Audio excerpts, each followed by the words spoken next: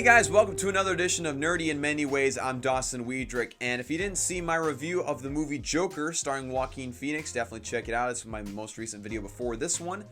But today we're going to steer away from movies and comic book stuff and video games and all that jazz as a whole and go back to my weekly college football review. This week was week 6 of college football, and honestly, not a whole lot of exciting games happened, so really what I could just do right now is just end this video, pack things up, get on with my life, and then move on to the next video. But I'm not going to do that. I'm going to be focusing on a couple of games that I felt like were at least exciting, and one that was definitely nationally relevant. And so I'll just start off with the nationally relevant one. That was between Florida and Auburn. Florida came into this game ranked number 10, Auburn ranked number 7. A nice, awesome SEC top 10 nationally ranked matchup. And it did not disappoint. It was pretty exciting. It wasn't the cleanest game by far.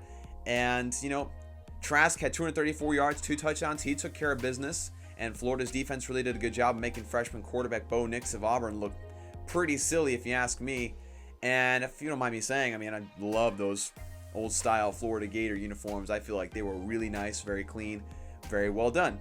I really liked those. And then the next one I want to talk about is Stanford at Washington.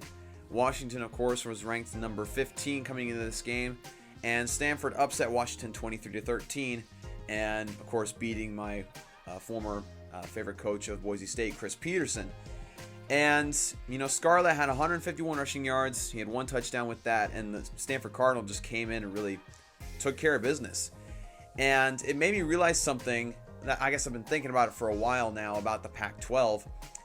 I don't really see teams from the Pac-12 having a huge percentage chance of getting in the college football playoff, because I'm going to look at it this way. And this is not because of a Pac-12 bias. I think Pac-12 teams are pretty good.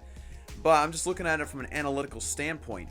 If you look at all the different conferences across college football, most big, Power 5 conferences have 1, maybe 2 teams that really dominate the conference, and everybody else is just kind of fighting for third place, right?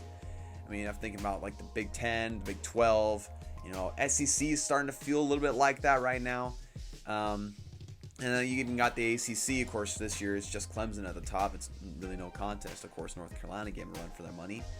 But if you look at the Pac-12, though, all these other conferences have 1 or 2 really good teams. What the Pac-12 has is a bunch of decent, pretty good teams, right? There are a bunch of teams that have a lot of great talent, a lot of great coaching.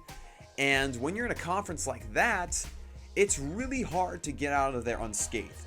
And so I kind of sympathize with Pac-12 fans because, of course, they want a team to represent their conference in the college football playoff.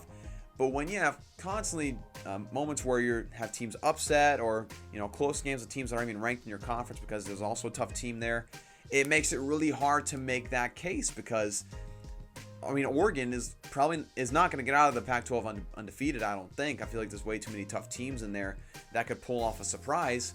And plus, Oregon already has that week 1 loss to Auburn. That definitely doesn't help them very much. But I don't know. It just makes it really difficult for a team like that to get out of a conference that's that tough, overall.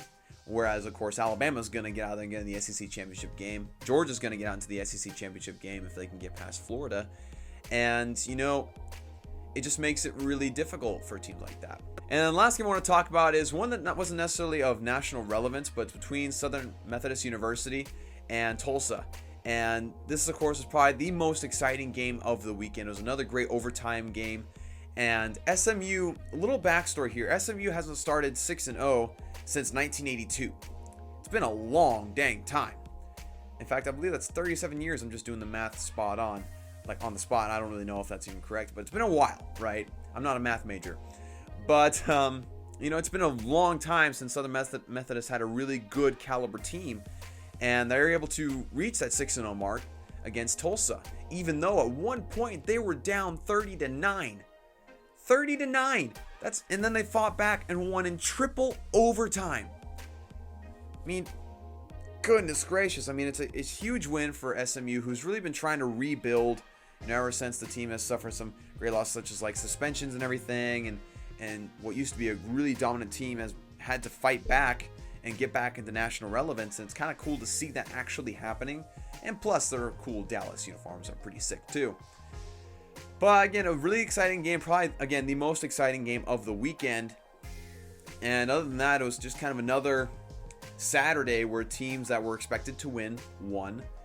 Some maybe a little bit closer than we would have liked, but really no nail biters, right? Except for, of course, Florida and Auburn. Well, so that's my Week 6 analysis of college football of 2019. Thank you guys so much for tuning in. Make sure to like and subscribe, as well as check out my other reviews of different weeks of college football this year, as well as just my other videos. And so with that, I'll see you guys next time.